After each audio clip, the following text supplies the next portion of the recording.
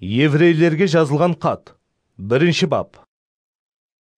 Құдай әйемгі заманларда пайғамбарлар арқалы көп мәртебе һәм әр түрлі жоллар менен ата-бабаларымызға сөйлеген еді. Ал бұл соңғы уақытларда болса, Құдай біздерге өз ұлы Иса арқалы сөйледі. Құдай өз ұлын бүткіл барлықтың мирасқоры етіп белгілеп, ол арқалы бүткіл дүнияны жаратқан еді. Құдайдың ұлы, Құдайдың салтанатының жарқыраған нұры болып, ол Құдайдың табиатының хақиқаттан қандай екенін көрсетеді. Ол өзінің құдіретлі сөзі менен бүткіл барлықты сақлап тұр. Ол өзін құрбан етіп, біздерді күнәларымыздан тазалағаннан соң, жоғарыдағы құдіретлі Құдайдың оң тарапіне отырды. Құдайдың ұлы періштелерден қаншелі жоғары атты алған болса, ол олардан соншелі үстін тұрады. Өйткені Құдай періштелердің қайсы біріне: «Сен менің ұлымсың, бүгін мен саған әке болдым. Және де, мен оған әке боламан, ол маған ұл болады» деген еді. Және де, Құдай тұңғыш ұлын дүнияға жіберіп атырып, былай деген: «Менің барлық періштелерім оған табынсын». Ал періштелер хақында болса, мұқаддес жазу былай дейді: «Құдай өз періштелерін самалдай, қызметшілерін оттың жалынындай қылады». Бірақ Құдайдың ұлы хақында мұқаддес жазу былай дейді: «О Құдай, сенің тақтың мәңгі тұрады, патшалық билігің әділ билік. Сен халықты сүйіп, нызамсыздықты жек көрдің. Сондықтан Құдай, сенің Құдайың, сені қызметке тайынлап, саған жолдастарыңа қарағанда даңқ һәм қуанышты көбірек берді».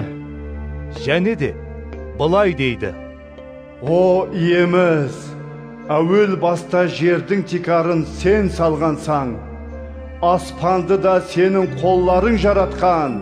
Жер һәм аспан жоқ болып кетеді, бірақ сен мәңгіге барсаң. Олардың әммесі де киімдей тозып қалады. Оларды шапан сияқлы орап қоясаң, олар киім сияқлы өзгертіледі. Бірақ сен ешқашан өзгермейсің, өмір жылларың да тамам болмайды». Құдай періштелердің ешбіріне де: «Дұшпанларыңды аяқларымның астына бастырмағанымша, менің оң жағымда отыр» демеген. Ақыры періштелердің әммесі құтқарылуға ие болатұғынларға қызмет қылу үшін жіберілген қызметші рухлар ғо. Еврейлерге жазылған қат. 2 бап. Сондықтан естіскендерімізден ұзақлап, жолдан шығып кетпеуіміз үшін естіскендерімізге елі де көбірек диққат аударуымыз керек. Себебі періштелер арқалы айтылған сөз күшке ие болып, әр қандай жинаят һәм бойсынбаушылық үшін әділ жаза берілетұғын еді. Солай екен, дәслеп иеміз Иса тарапынан айтылған. Соңынан, оннан естіскендер тарапынан тастиқланған ұлы құтқарылуға ітібарсыз қарасақ, біздер бұл жазадан қалай қашып құтыла аламыз? Құдай да бұл хақында караматлы белгілер, таң қаларлық нәрселер һәм әр түрлі караматлы іслер арқалы, және де өз қалеуі бойынша мұқаддес рухтың сыйларын үлестіруі арқалы гуалық берді. Құдай біздер сөз етіп атырған келешек заманды періштелерге бағынышлы қылған жоқ. Керісінше, мұқаддес жазудың бір жерінде біреу былай деп гуалық берген еді: «О ием, сен еске алғандай адам кім өзі? Сен оған қамқорлық көрсететұғындай адам ұлы кім болыпты? Оны періштелерден аз уақытқа төменірек қойдың. Dаңқ hürmet тажын оған кийдіріп, әмме нәрсені оның аяқларына бас ұрғыздың. Құдай әмме нәрсені адамға бағынышлы қылып, оған бағынышлы болмаған ешбір нәрсе қалдырмады. Дегенменен, әмме нәрсенің адамға бағынышлы екенін біздер елеге дейін көрмей атырмыз. Бірақ біздер періштелерден аз уақытқа төменірек қойылған Исаның өлім азабын шеккені үшін даңқ hürmet тажын кигенін көріп тұрмыз. Ауа, ол Құдайдың мейірімі менен әмме адамлар үшін өлімді басынан кешірген еді. Әмме нәрсе Құдай үшін, һәм Құдай арқалы бар болған. Осы Құдай көп перзентлерін ұлылыққа ерістіру үшін, оларды құтқарылуға жетелеуші Исаны азап ақыретлер арқалы мінсізлікке жеткізуді мақұл көрді. Өйткені мұқаддес қылушы Иса һәм ол мұқаддес қылған сенушілердің әммесі бір әкеден. Сондықтан Иса оларды туысқандарым деп атауға ұялмайды. Иса былай дейді: Құдай, сенің атыңды туысқандарыма жария етемен. Олардың жиынында сені алғыслайман. Және басқа жерде былай делінген: Мен Құдайға сүйенемен. Тағы да: Мінекей, мен Құдайдың маған берген балаларыменен бірге осы жердемен. Бұл балалар ет һәм қаннан ібарат болғанлықтан, Исаның өзі де оларға теңдесіп, ет һәм қаннан ібарат болған адамның денесіне ие болды.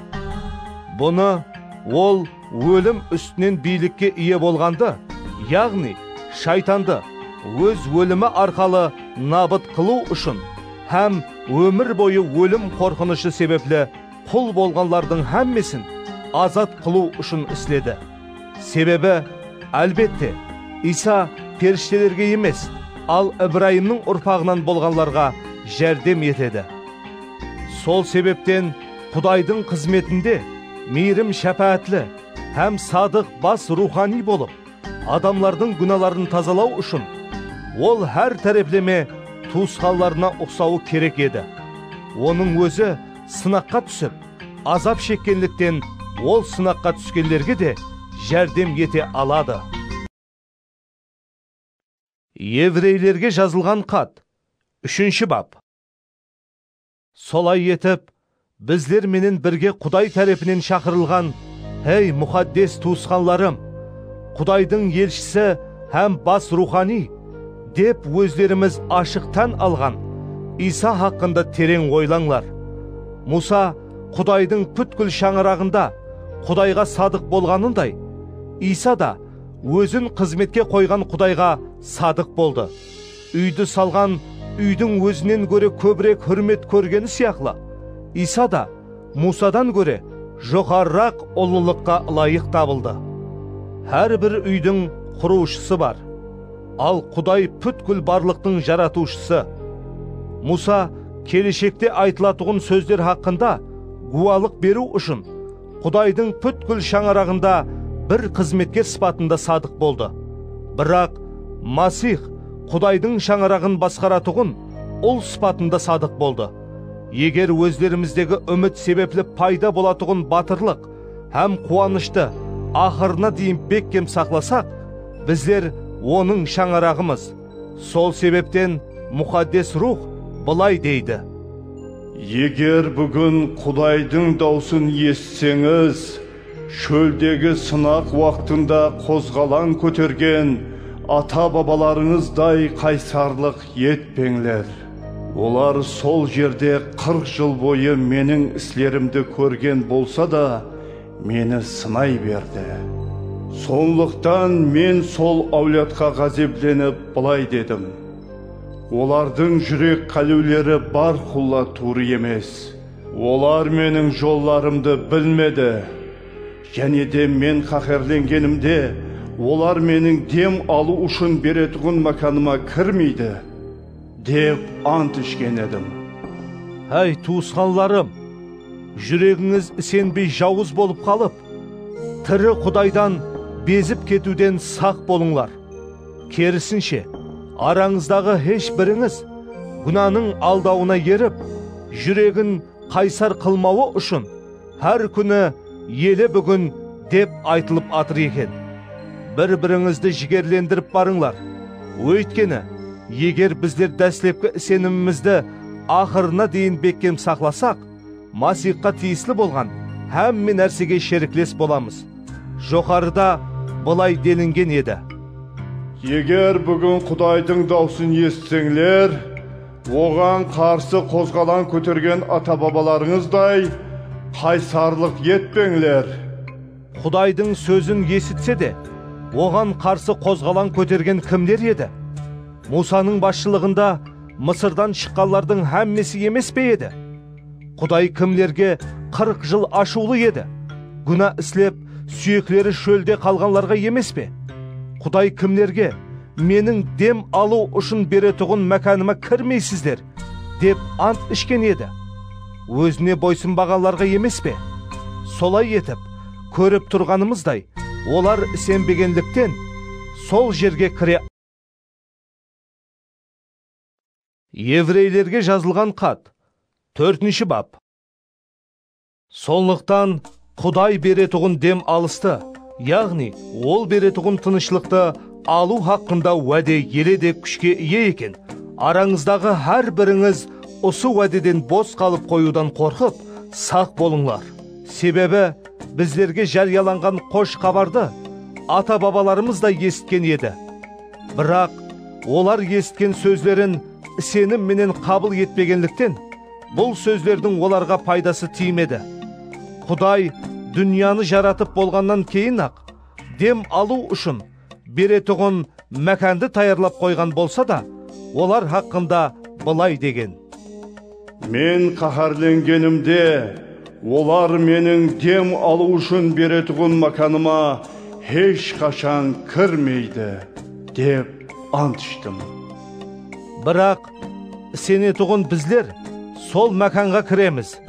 Мұқаддес жазудың бір жерінде 7-ші күн хақында былай делінген: Құдай 7-ші күні барлық іслерінен дем алды.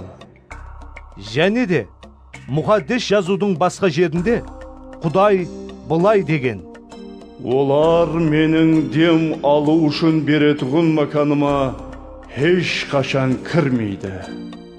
Солай етіп, алдын қош хабарды есіткендер сөзге құлақ аспағанлықтан дем алатұғын мәканға кірмеді.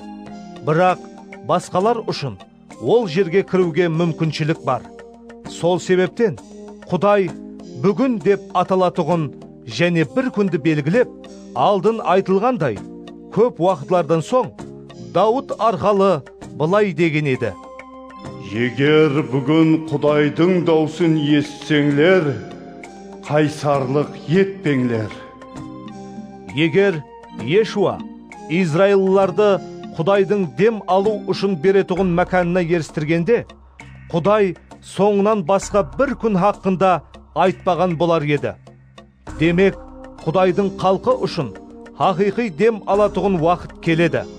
Құдай дүнияны жаратқаннан соң қалай дем алған болса, ол беретұғын дем алысты, яғни ол беретұғын тынышлықты алған әр бір адам да өз іслерінен солай дем алады. Солай екен, еш біріміз бойсынбаған сол адамларға еріп адаспай, Құдай беретұғын дем алысты, яғни ол беретұғын тынышлықты алуға тырысайық. Құдайдың сөзі тірі һәм тәсірлі.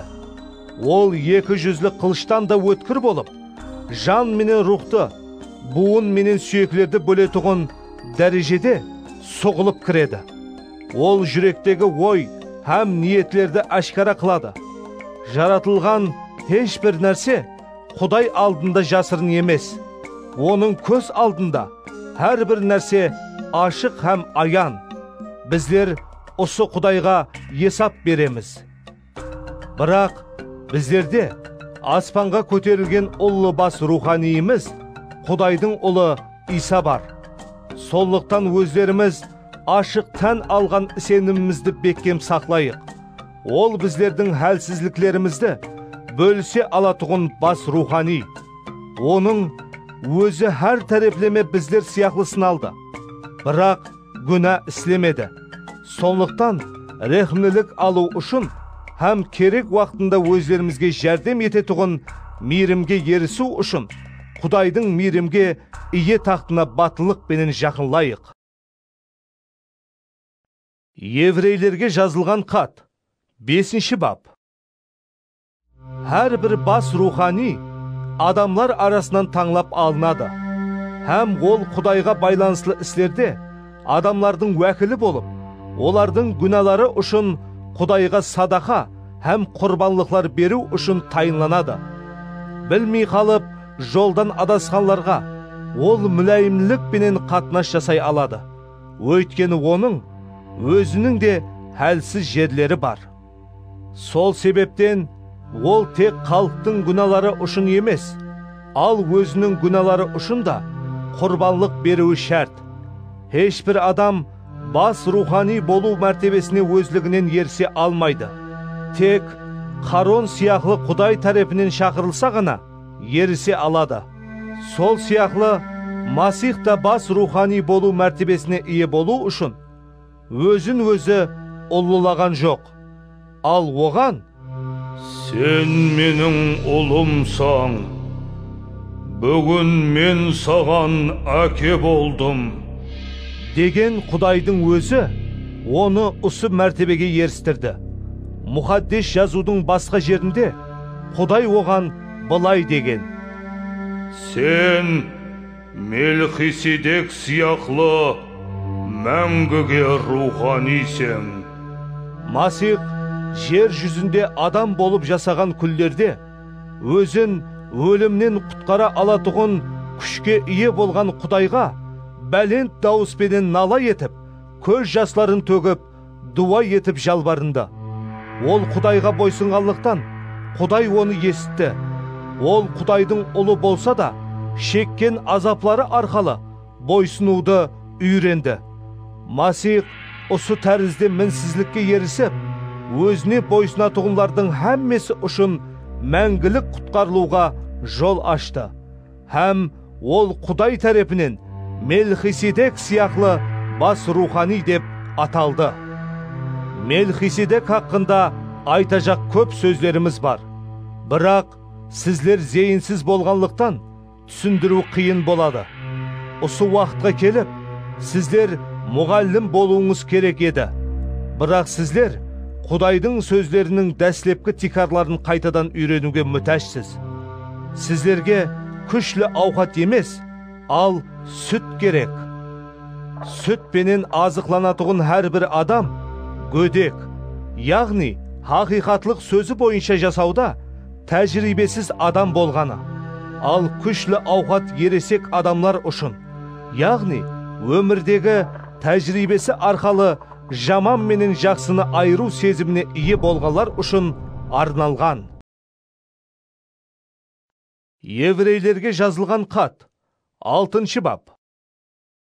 Сондықтан Масих хақында баслангыч талиматты үйренуде тоқтап қалмайық. Ал алға ілгерілеп, жетісіп барайық. Өлімге жетелеуші іслер үшін тәубе етуден, Xudayға сенуден, суға шомылдыру хақында қағидалардан, қол қойып дуа етуден, өлілердің тірілуінен һәм мәңгілік хүкімнен ібарат болған сол тәлиматтың тикарларын қайтадан салмайық. Егер Xuday рұқсат берсе, біздер алға ілгерілеп, жетісіп барамыз. Бір мәртебе хақиқатлық нұры түсіп, Xudayдың сыйының дәмін татқан һәм мұқаддес рухқа шерік болғанларды Xudayдың сөзінің жақсы екенін һәм келешектің құдіретлі іслерін өмірлерінде көріп болып, сенімнен қайтқанларды түзетіп, тәубе қылдыру мүмкін емес. Себебі олар Xudayдың ұлын өздері қайтадан атанақ ағашқа шегелеп, масқара қылған болады. Үстіне жиі жауған жауынды ішкен һәм өзінде іслегенлерге пайдалы зүрәт берген жерді Xuday жарылқайды. Бірақ шеңгел һәм жантақ өсірген жер жарамсыз болып, көп күтпей қарғысқа ұшырайды һәм ақыры жандырылып жіберіледі. Сіздерге келсек, сүйіклі туысқанларым, біздер осылай десек те, сіздердің құтқарылуға байланысты еле де көбірек жарылқауларға ие екеніңізге сеніміміз кәміл. Өйткені Құдай әдалатсыз емес. Ол сіздердің минетіңізді һәм сенушілерге қылған һәм қылып атырған қызметіңіз арқалы өзіне көрсеткен сүйіспеншілігіңізді ұмытпайды. Әр біріңіздің үмітіңізді ақырына дейін бекем сақлауыңыз үшін осылай ғайрат салуыңызды әрман етеміз. Және де еріншек болмай, Құдай тарапынан уәде етілгендерді сенім һәм сабырлылықпенен алғанлардан өрнек алуыңызды қалаймыз. Құдай Ибраимға уәде бергенде, өзінен ұлырақ ешкім болмағанлықтан өзінің аты менен ант ішіп, былай деген еді: Сені үсті-үстіне жарылқайман, ұрпақларыңды сансыз қылып көбейтемен. Солай етіп, Ибраим сабырлықпенен күтіп, уәде етілгенді алды. Адамлар өздерінен ұлырақ болған менен ант ішеді. Олар үшін ант айтылған сөздерді тасдиқлап, әр бір тартысты тоқтатады. Сол сияқлы, Құдай да өз еркінің өзгермейтұғынын уәдені алғанларға ашық көрсетпекші болып, уәдесін ант пенен тасдиқлады. Солай етіп, осы екі нәрсе, яғни уәде һәм ант өзгермейді. Себебі Құдай оларды айтқанда өтірік сөйлеуі мүмкін емес. Сондықтан өздерімізге берілген үмітті бекем сақлауымыз үшін Құдайдан пана тапқан біздер олар арқалы үлкен жұбанышқа ие боламыз. Біздердің бұл үмітіміз жанларымыз үшін кеменің көшкісі сияқлы сенімлі һәм бекем. Осы үміт біздерді аспандағы мұқаддес шатырдың пердесінің арғы тарапіне өткізеді. Иса біздер үшін сол жерге біздерден алдын кіріп, Мелхиседек сияқлы мәңгіге бас рухани болды. Еврейлерге жазылған хат, 7-ші бап. Бұл Мелхиседек Сәлем патшасы һәм құдіретлі Құдайдың руханийі еді. Ол патшаларды жеңіліске ұшыратып, қайтып кетірген Ибраимді қарсы алып, оған пәтиясын берген еді.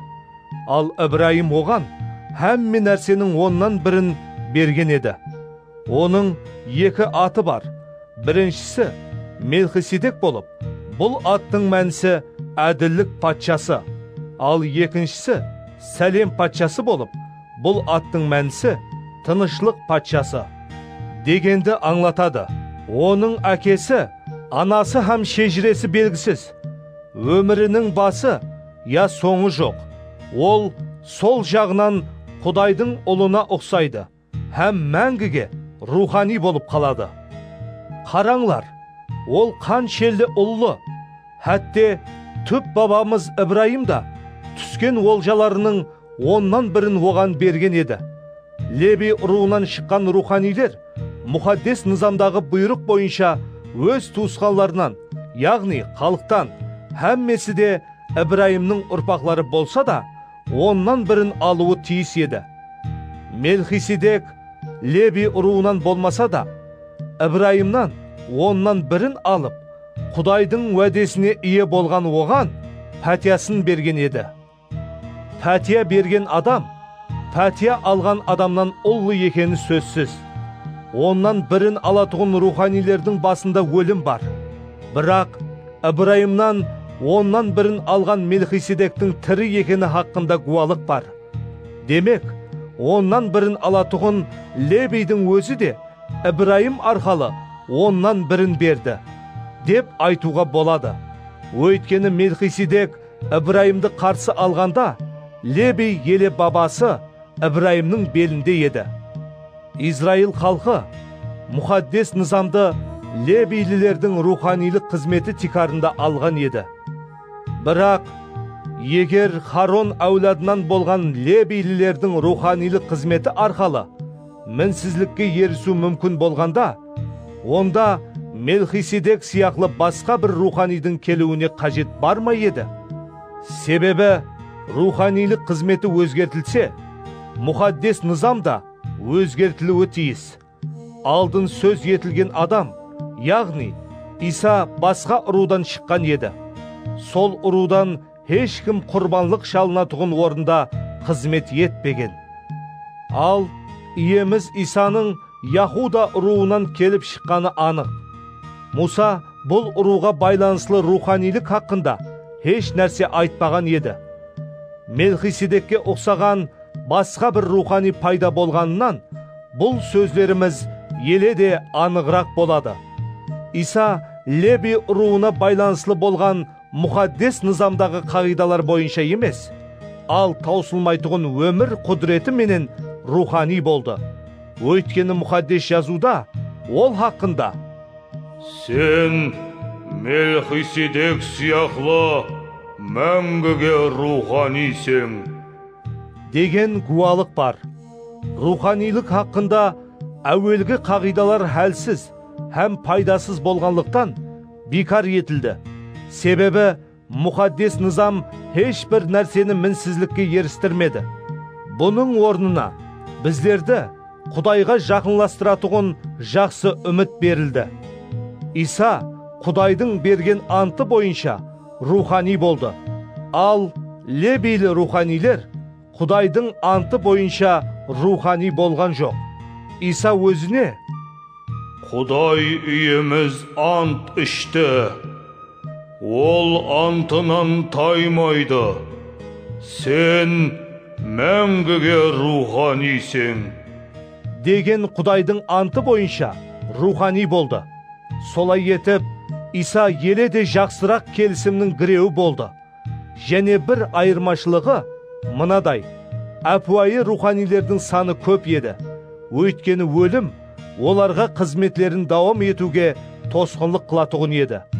Бірақ Иса мәңгі жасайтұғын болғанлықтан, оның руханилігі де мәңгі. Сонлықтан ол өзі арқалы Құдайға келгенлерді бүткіллей құтқаратұғын күшке ие. Себебі ол мәңгіге тірі болып, Құдайдан олар үшін өтініп сұрайды. Иса біздерге керек болған бас руханидың анық өзі болады. Өйткені ол мұқаддес, айыпсыз, пәк, күнәкарлардан ажыратылған, һәм аспаннан да жоғары көтеріліп, ұлы абырайға ие болған. Басқа бас руханилер сияқлы әр күні әуелі өз күналары үшін, ал соңынан халықтың күналары үшін құрбанлық берудің оған қажеті жоқ. Себебі ол өзін құрбан етіп, бұл істі бір мәртебе һәм біратала орынлады. Мусаның низамы адам болғанлықтан, мінсіз емес болғанларды бас рухани қылып қояды. Бірақ Мусаның низамынан соң Құдайдың ант етіп берген уәдесі оның мәңгіге мінсіз ұлын бас рухани етіп қойды. Еврейлерге жазылған хат, 8 бап. Айтқанларымыздың тоғетері мынадан ібарат: біздердің аспанда құдіретлі Құдайдың оң жағында отырған бас руханиіміз Иса бар. Ол сол жерде адам тарапынан емес, ал Құдай тарапынан құрылған хақиқи һәм мұқаддес шатырда қызмет қылады. Әрбір бас рухани садақа һәм құрбанлықлар беру үшін тайынланады. Сондықтан біздердің бас руханиіміздің де беретұғын бір нәрсесі болуы тиіс еді. Егер Иса жер жүзінде қалғанда рухани болмас еді. Өйткені әлі қашан жер жүзінде мұқаддес низам бойынша садақалар беретұғын руханилер бар. Бірақ бұл руханилер аспандағы хақиқи һәм мұқаддес шатырдың үлгісі һәм көлеңкесі болған жердегі мұқаддес шатырда қызмет етеді. Себебі Муса осы мұқаддес шатырды құруға кіріскенде Құдай тарапынан былай деп ескертілген еді: Абайла, әрбір нәрсені тауда өзіңе көрсетілген үлгі бойынша істе. Ал Иса бұрынғыдан да жақсырақ уәделерге текарланып түзілген Құдай менен адамлардың арасындағы жақсырақ келісімнің тәуелдешісі болды. Сондықтан ол руханилердің қызметінен анағұрлым жоғарырақ қызметке ие болды. Егер сол бірінші келісім кемшіліксіз болғанда, оның орнына екіншісін түзудің керегі болмас еді. Ал халқын айыплы деп тапқан Құдайдың сөздері мынадай: Жаратқан иеміз бұлай дейді: Мен Израил халқы һәм Яхудия халқы менен жаңа келісім түзетуғын күнлері жақынлады. Бұл келісім мен олардың ата-бабаларының қолынан ұслап, Мысыр елінен алып шыққан уақытымда олар менен дүзген келісім сияқлы болмайды. Өйткені олар менің келісіміме садық болмады. Сонда мен де олардан жүзімді теріс бұрдым. Сол күнлерден соң Израил халқы менен түзетуғын келісімім мынау: Нызамларымды олардың сана сезімлеріне салып, жүректеріне ойып жазып қояман. Мен олардың Құдайы боламан. Олар менің халқым болады. Ешкімнің жанындағы адамға, я болмаса өз туысқанына иемізді біл деп үйретуіне қажет жоқ. Себебі кішкенесінен үлкеніне дейін олардың әммесі мені білетұғым болады. Мен олардың нахақ істерін рехімлілікпенен кешіремен, күналарын қайтып есіме алмайман. Құдай жаңа келісім деп бұрынғысының көнерген көрсетті. Көнерген нәрсе көп өтпей жоқ. Еврейлерге жазылған хат. 9 бап. Бірінші келісім дәуірінде сыйыну қағидалары һәм адамның қолынан құрылған мұқаддес шатыр бар еді. Құрылған сол мұқаддес шатырдағы мұқаддес бөлме деп аталатұғын бірінші бөлмеде шырақ қойғыш, стол һәм столдың үстінде Құдайға ұсынылған нанлар болатұғын еді. Мұқаддес шатырдағы екінші перденің артында ең мұқаддес бөлме деп аталатұғын екінші ішкі бөлме бар еді. Бұл бөлмеде қош иіслі затлар түтетілетұғын алтыннан ісленген орын һәм межері алтын менен қапланған келісім сандығы бар еді. Сандықтың ішінде манна салынған алтын күзе, Қаронның бөрткен хасасы һәм 10 бұйрық ойып жазылған таслар бар еді. Сандықтың үстінде керуб атлы ұллы періштелердің мүсіні бар еді. Олар сандықтың үстіндегі күналар кешірілетұғын жерді қанатлары менен жауып тұратұғын еді. Бірақ әзір бұл нәрселер хақында бірме-бір айта алмаймыз. Мұқаддес шатыр осылай үскенеленген еді. Оның бірінші бөлмесіне руханилер har қашан кіріп, сыйыну қызметін орындайтұғын еді. Ал екінші ішкі бөлмеге болса, бір жылда бір мәртебе тек бас рухани ғана кіре алатұғын еді. Ол өзі менен бірге сол жерге өзінің күналарының һәм халықтың білмей істеген күналарының кешірілуі үшін шалынған құрбанлықтың қанын алып кіруі тиіс еді. Бұл арқалы мұқаддес рух біздерге мынаны білдіреді: мұқаддес шатырдың бірінші бөлмесі еле бар екен. Ең мұқаддес бөлмеге баратұғын жол жабық болады. Бұл әзіргі заман үшін тымсал болып, берілген садақалар һәм құрбанлықлардың Құдайға сыйынатұғын адамның хүжданын пәкли алмайтұғынын көрсетеді. Бұлар тек жеуге, ішуге һәм har қилы діни тазалану үрдістеріне байланысты нәрселер болып, жаңа дүзім пайда болғанға дейін күшке ие болған сыртқы қағидалар ғана. Бірақ Масих пайда болған жақсы нәрселердің бас рухании болып келіп, қолдан соғылмаған, яғни бұл дүниядағы жаратылыстан болмаған ұлырақ һәм мінсіз мұқаддес шатырға кірді.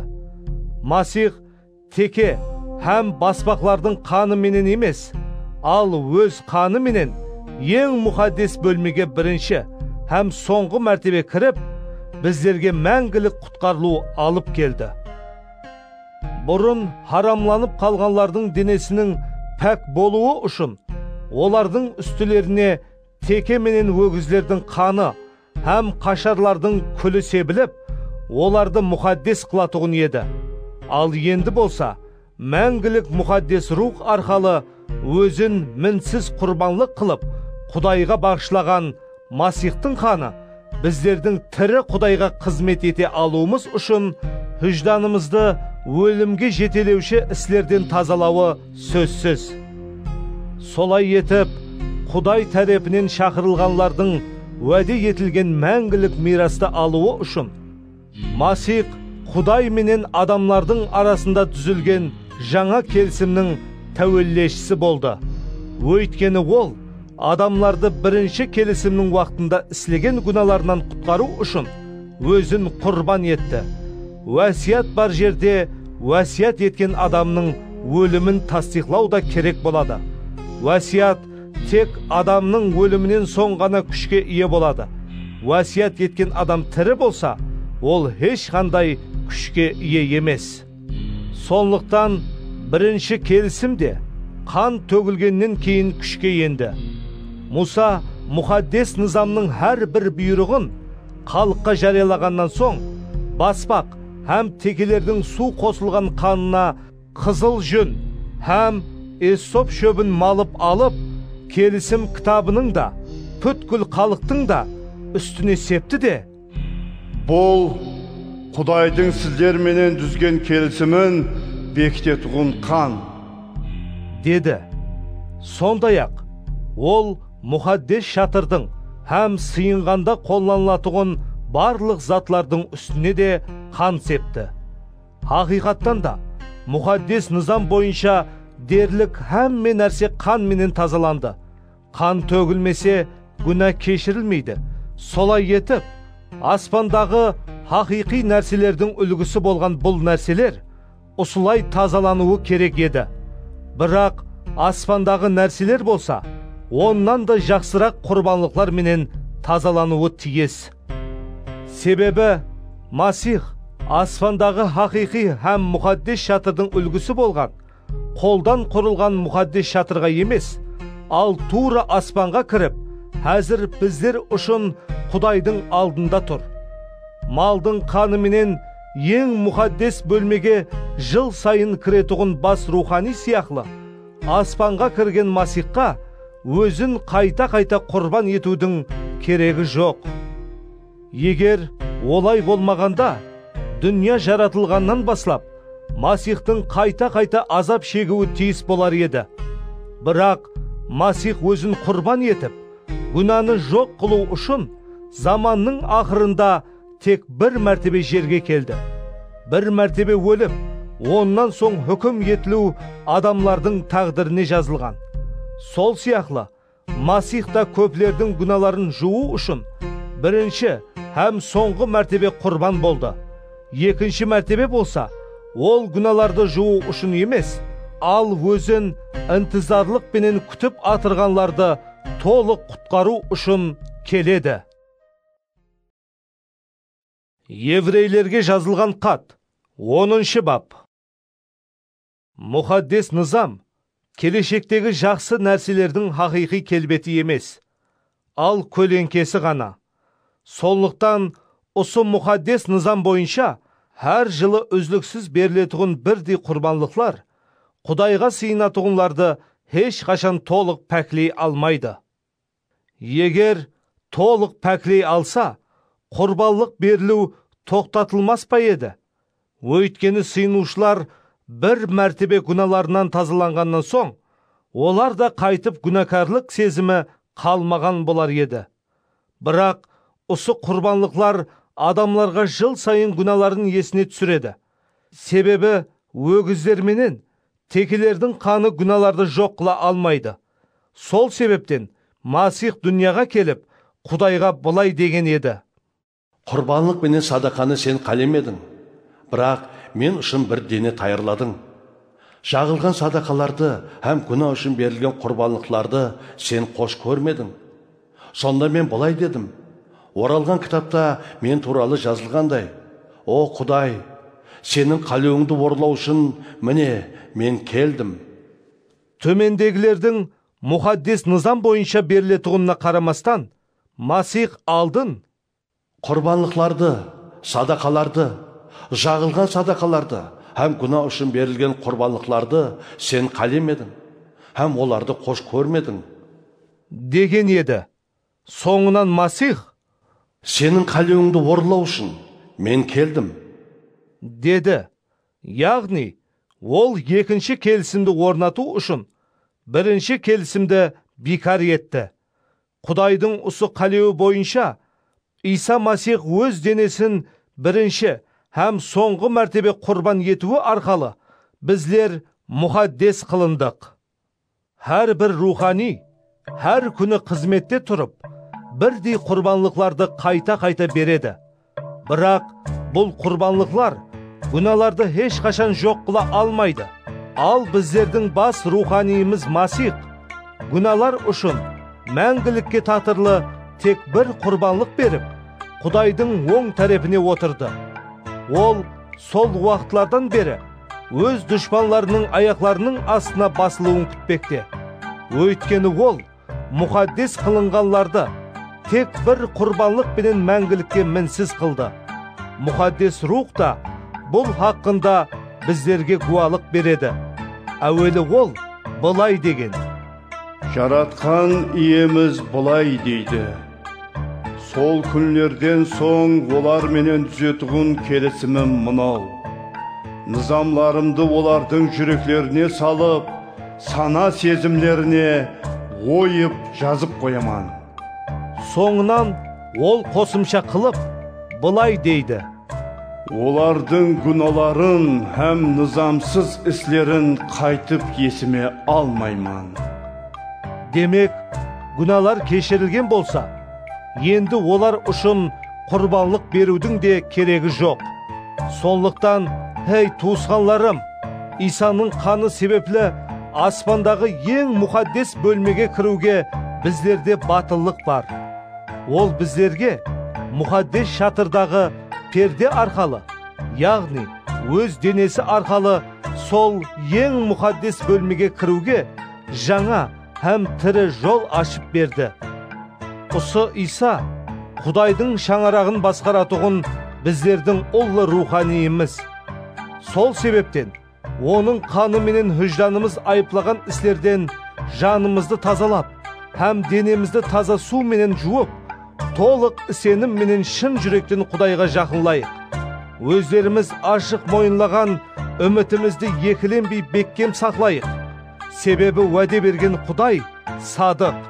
Бір-бірімізге ғамқор болып, бір-бірімізді сүйіспеншілікке һәм жақсы істер істеуге рухландырайық. Айырым адамлардың әдетке айландырғанындай жиналысларымызды қалдырмайық. Керісінше, иеміз келетұғын сол күннің жақынлағанын біліп, бір-бірімізді еле де көбірек жігерлендіріп барайық. Өйткені, егер біздер хақиқатты білгенімізден соң да біле тұра күнә істеуді давам етсек, онда енді күнәлар үшін берілетұғын басқа құрбанлық жоқ. Тек хүкімді һәм Құдайға қарсы болғанларды жандырып, жоқ қылатұғын лаулаған отты қорқыныш пенен күту ғана қалады. Мусаның низамын тән алмай бұзған адам 2, ямаса 3 гуаның гуалығы менен аяусыз түрде өлтірілетұғын еді. Енді бір ойланып көріңдер.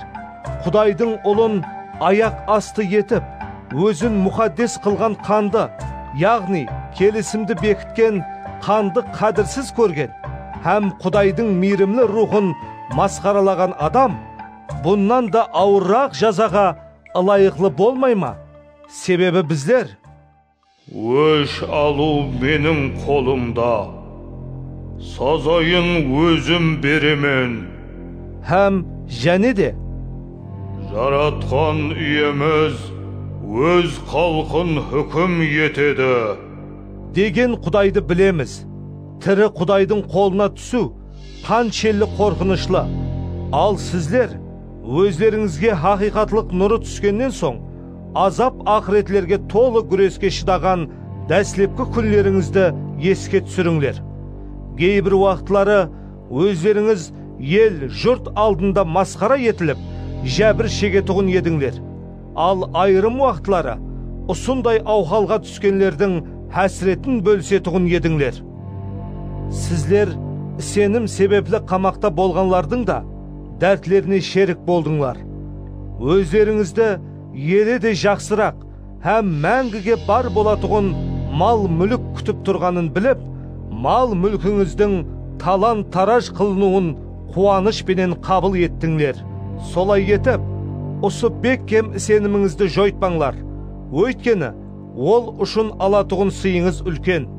Құдайдың қалеуін орынлап, уәде етілгенді алуыңыз үшін сіздерге сабырлылық керек болады. Себебі Құдай бір пайғамбары арқалы былай деген: Енді аз-маз уақыттан кейін келетұғын тез арада келеді. Ол кешікпейді. Маған тиіслі ақланған адам сенімі менен жасайды. Егер ол арқаға шегінсе, оған көңілім толмайды. Біздер арқаға шегініп, набыт болатұғынлардан емеспіз, ал сеніп, құтқарылатұғынларданбыз. Еврейлерге жазылған хат, 11 бап.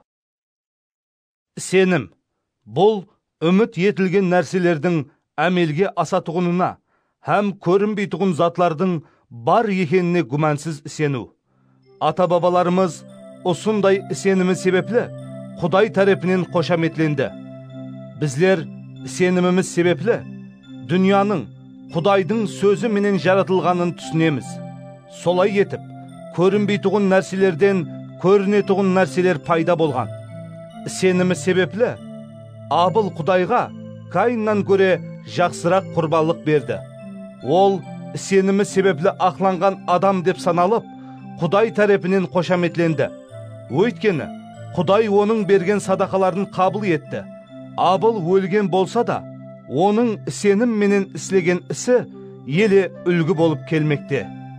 Сенімі себеплі Енок өлім көрмей-ақ жоғарыға алынды. Оны ешкім таба алмады. Себебі Құдай оны жоғарыға алған еді. Ол жоғарыға алынуға дейін оның Құдайға ұнаған адам екені хақында гуалық берілді. Сенім болмаса, Құдайға ұнау мүмкін емес. Өйткені, кім Құдайға жақынламақшы болса, оның бар екеніне һәм оның өзін ізлегенлерді сыйлықлайтұғынына сенуі тиіс. Сенімі себеплі Нух елі болмаған нәрселер туралы Құдай тарапынан ескертілгенде, Құдайдан қорқып, шаңырағының құтқарылуы үшін кеме соқты. Ол бұл арқалы дүнияны хүкім етті, һәм сенімі себеплі ақлануға ерісті. Сенімі себеплі Ибраим уәде етілген елге кету үшін шақырылғанда, Құдайдың сөзіне бойсынып, қай жерге кетіп баратырғанын білмесе де жолға шықты. Ибраим уәде етілген елге орналасқанда, сенімі себеплі жат жерлі адамдай болып жасады. Өзі менен бірдей уәдеге шерік болған Исақ һәм Яқып пенен ол шатырларда өмір кешірді. Себебі ол дөретушісі де, құрушысы да Құдай болған беккем тикарға ие қаланы күтетұғын еді. Сенімі себеплі Сараның нәсілсіз болуына һәм өзінің жасы өткеніне қарамай, Ибраим әке болу мүмкіншілігіне ерісті. Өйткені ол уәде еткен Құдайдың садық екеніне сенді. Солай етіп, бір адамнан, яғни қартайып, нәсілсізленіп қалған Ибраимнан аспандағы жұлдызлар сияқлы, теңіз жағасындағы құм сияқлы есап сансыз әулетлер пайда болды. Алдын айтылған бұл адамлардың әммесі де өмірлерінің ақырына дейін сенімін сақлап қалды. Уәде етілгенлерді алмаса да, оларды ұзақтан көріп қуанды. Олар өздерінің жер жүзіндегі жат һәм қонақ адамлар екенін ашық мойынлады. Осылай сөйлеген адамлар өз ватанын іздеп жүргенін көрсетеді. Егер олар өздері таслап кеткен елді ватаным деп ойлай бергенде, сол жерге қайтып баруға жол табар еді. Бірақ олар жердегі ватаннан да жақсырағын, яғни аспандағы ватанды арман ететұғын еді. Сол себептен Құдай олардың Құдайы болуға арланбайды. Себебі олар үшін бір қала таярлап қойыпты. Ибраим сыналғанда сенімі себеплі ұлы Исақты құрбанлыққа берді. Құдай Ибраимға: Сенің ұрпағың Исақ арқылы давам етеді деген уәдені берген болса да, ол жалғыз ұлын құрбан етпекші болды. Өйткені Ибраим Құдай өлілерді де тірілте алады деп сенді. Астарлап айтқанда, ол Исақты өлімнен қайтарып алды. Сенімі себеплі Исақ келешекте болатұғын нәрселерді болжап, олары Яқып һәм Исапқа пәтиясын берді. Яқып өлерінен алдын сенімі себеплі Юсуптың екі ұлына бірме-бір пәтиясын берді. Һәм хасасының ұшына сүйеніп Құдайға сыйынды. Юсуп өлерінен алдын сенімі себеплі Израил балаларының Мысырдан шығатұғынын болжап айтты. Һәм оларға кетерінде өзінің сүйегін алып кетуді бұйырды. Муса туылғанда ата-анасы сенімі себеплі оны 3 ай жасырып қойды. Себебі баланың айрықша екенін көрді, һәм патшаның пәрманынан қорқпады. Муса ержеткенде сенімі себеплі фараонның қызының баласы деп аталудан ваз кешті. Ол уақытша күнәкар өмірдің кайып сапасын сүрудің орнына Құдайдың қалқы менен бірге жәбір шегуді таңлады. Масих себеплі қорлануды Мысырдың ғазинелерінен де ұлырақ байлық деп санады. Өйткені ол алажақ сыйын күтетұғын еді. Сенімі себеплі ол патшаның қаһарынан қорқпай Мысырды таслап кетті. Көрінбейтұғын Құдайды көргендей, ол мәрт еді. Тұңғышларды набыт қылған періште Израилларға қол тигізбесін деп, Муса сенімі себеплі құтқарылу байрамының құрбанлығының шалынуын һәм оның қанының қапыларға себілуін бұйырды. Сенімі себеплі Израиллар Қызыл теңізді құрғақ жерден өткендей кешіп өтті. Мысырлылар да осылай істемекші болып әрекет еткенде суға батып кетті. Сенімі себеплі Израиллар Ерихо қаласының атрапын 7 күн айланғанда қала диуаллары құлады. Сонда сенімі себеплі бұзық аял Рахап та Құдайға бойсынбайтұғын адамлар менен бірге өлтірілмеді. Себебі ол жансызларды жылы жүзлікпенен қабыл алған еді. Және не айтайын?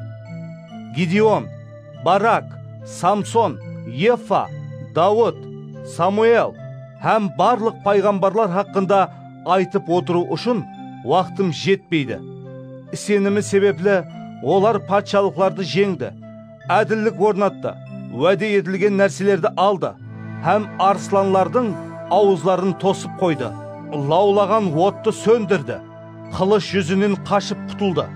Әлсірегенде Құдайдан күш алды, сауашта құдіретлі болды, һәм жау әскерлерін қиратты.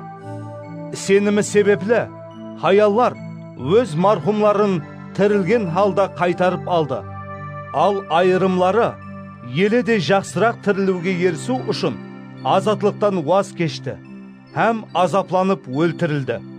Және кейбіреулері масқараланып, қамшы жеді, хәтте шынжырлар менен байланып, қамаққа салынды. Сенімі себеплі олар тас бенен ұрылды, пышқы менен кесіліп, екіге бөлінді, қылыштан өткеріліп, өлтірілді. Қой һәм ешкінің терілерін жамылып, сергіздан болып жүрді. Жоқшылықта жасады, қиыншылықларға ұшырады, һәм қорлық көрді. Дүния бұл адамларға ылайық емес еді. Олар шөллерді, тауларды, үңгірлерді, hem tölelerdi gezip sebil boldu. Olardın hemmesi de senimi sebeple Kuday tarafından koşametlengen bolsa da vade yetilgende almadı. Öйткені Kuday bizler uşun bundan da жақсырақ нәрсені tayarlap koyganlıktan olar bizlersiz minsizlikке yer. Еврейлерге жазылған қат 12 бап. Мінекей, біздерді қоршаған ұсындай көп санлы гуалар топары бар екен.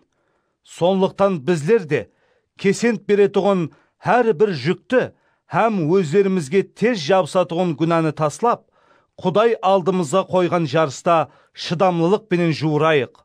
Сеніміміздің тикарын салушы һәм оны мінсізлікке ерістіруші Исаға көз тігейік. Ол өзін күтіп тұрған қуаныш ұшын атанақ ағашта шегеленудің шермендешілігін пісент етпей, өлімге барып, Құдайдың тақтының оң тәрепіне отырды. Күнәкарлардың ұсындай қарсылықларына шыдаған Исаны ойлаңлар. Сонда халдан тайып, рухи түскінлікке түспейсіздер. Сіздер күнәға қарсы күресте қаныңыз төгілгенше күрескен жоқсыз ғой. Құдайдың өз ұлларына сөйлегендей қылып, сіздерге айтқан мына ақыл насиятын ұмыттыңыз. Ұлым, жаратқан үйеміздің тәрбиясына ітібарсыз қарама. Ол сені ашқаралағанда рухыңды түсірме. Себебі ол сүйген адамын тәрбиялайды. Ұлы қылып қабыл еткен әрбір адамын жазалайды. Тәрбиялану үшін шегіп атырған азапларыңызға шыдаңлар. Құдай сіздерге өз балаларындай қатынас жасап атыр ғой. Әкесі тарапынан тәрбияланбайтұғын ұл болама. Әр бір адам алатұғын тәрбияны алмай атырған болсаңыз, онда сіздер хақиқи ұллар емес, ал некесіз туылған балаларсыз. Сондай-ақ біздерді тәрбиялаған дүниядағы әкелерімізді біздер хүрмет ететұғын едік.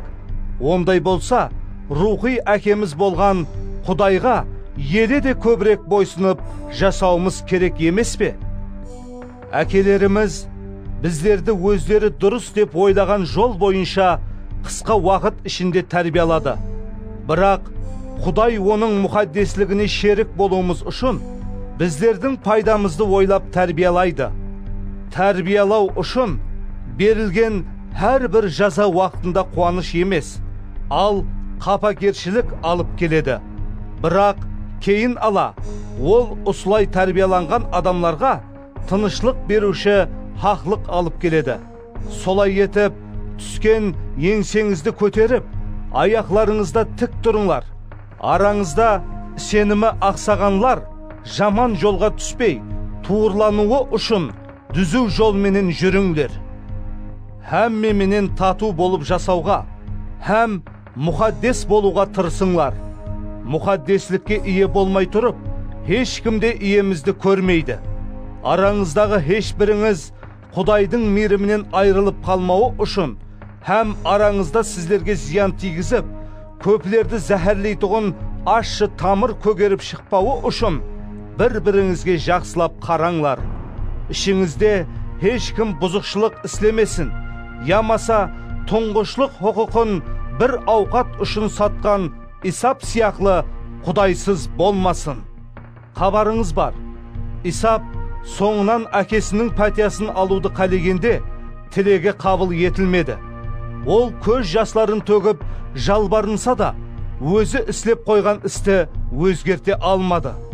Сіздер жақынлаған тау, көзге көрінетұғын, лаулап жанған, қараңғылық пенен түнекке шөккен, дауыл басқан, Карнай сесті һәм Құдайдың сөзі жаңлаған Синай тауы емес.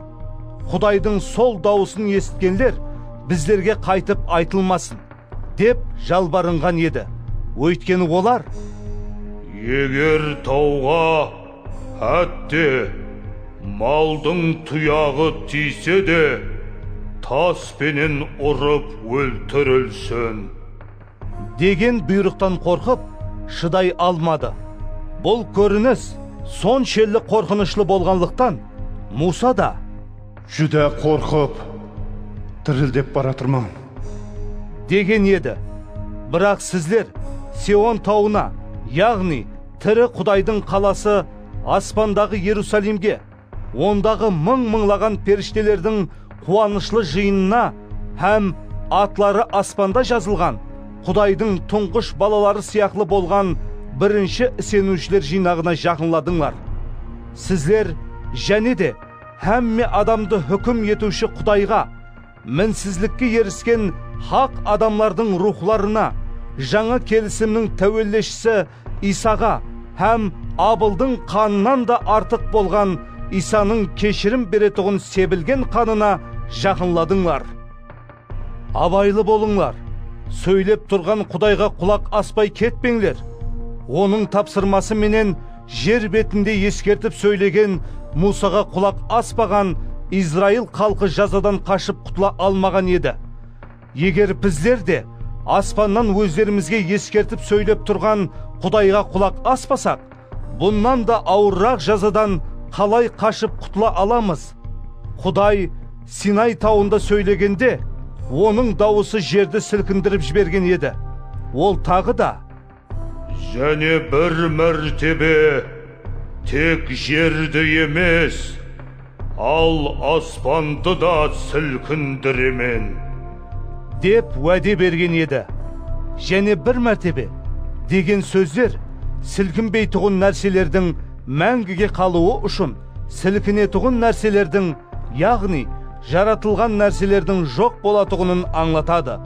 Солай етіп, біздер сілкінбес патшалыққа еріскеніміз үшін шүкірлік білдіріп, Құдайға ұнамлы түрде оған хүрмет һәм қорқыныш пенен сыйынайық.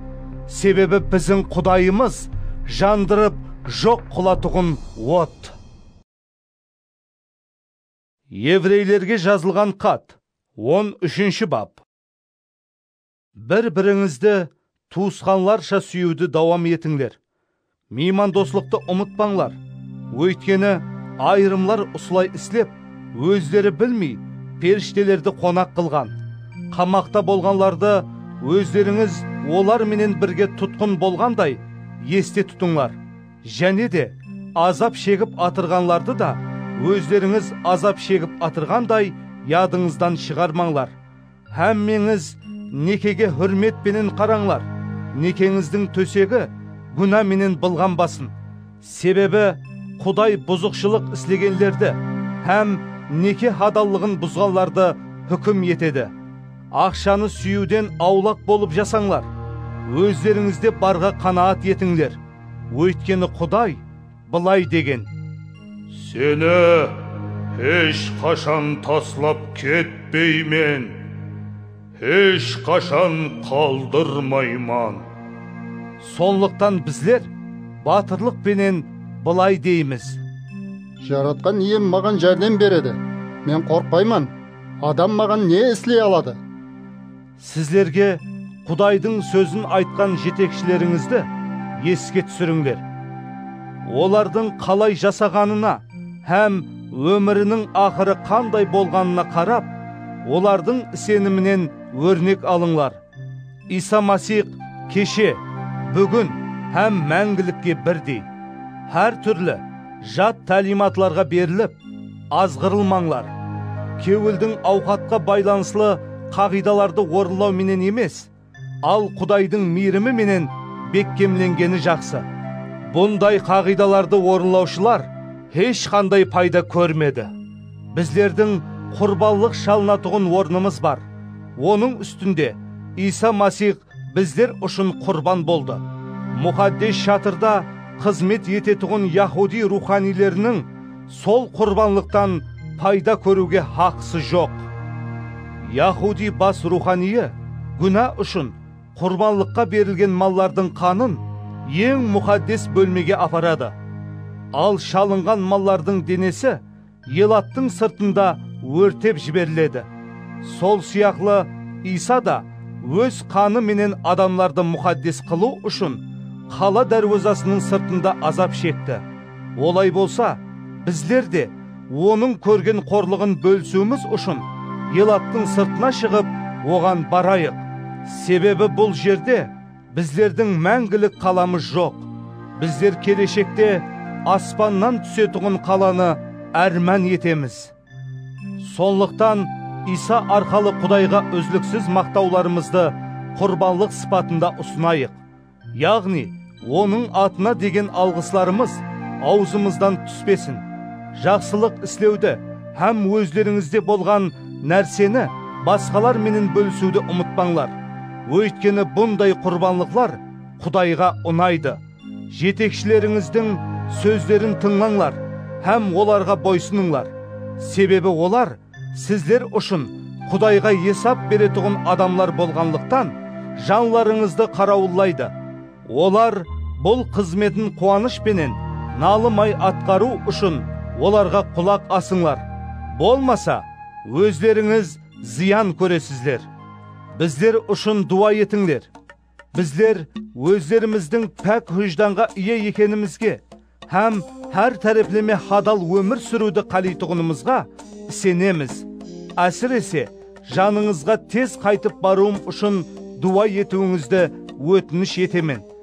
Өз қанын төгіп, мәңгілік келісімді бекітуі арқалы қойлардың ұлы шопаны болған иеміз Исаны тынышлық беруші Құдай өлімнен тірілтті.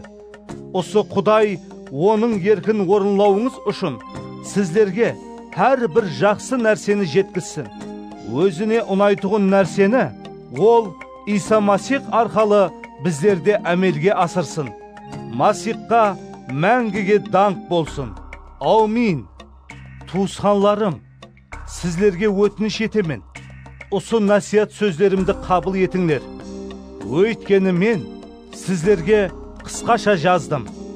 Туысқанымыз Тимофейдің азат етілгенін білуіңізді қалеймен. Ол жақын арада жаныма келсе, оның менен бірлікте сіздерді көруге бараман. Жетекшілеріңіздің әммесіне, һәм бүткіл сенушілерге сәлем айтыңлар. Италиядан келгенлер сіздерге сәлем айтып атыр. Құдайдың мейірімі әммеңізге яр болсын.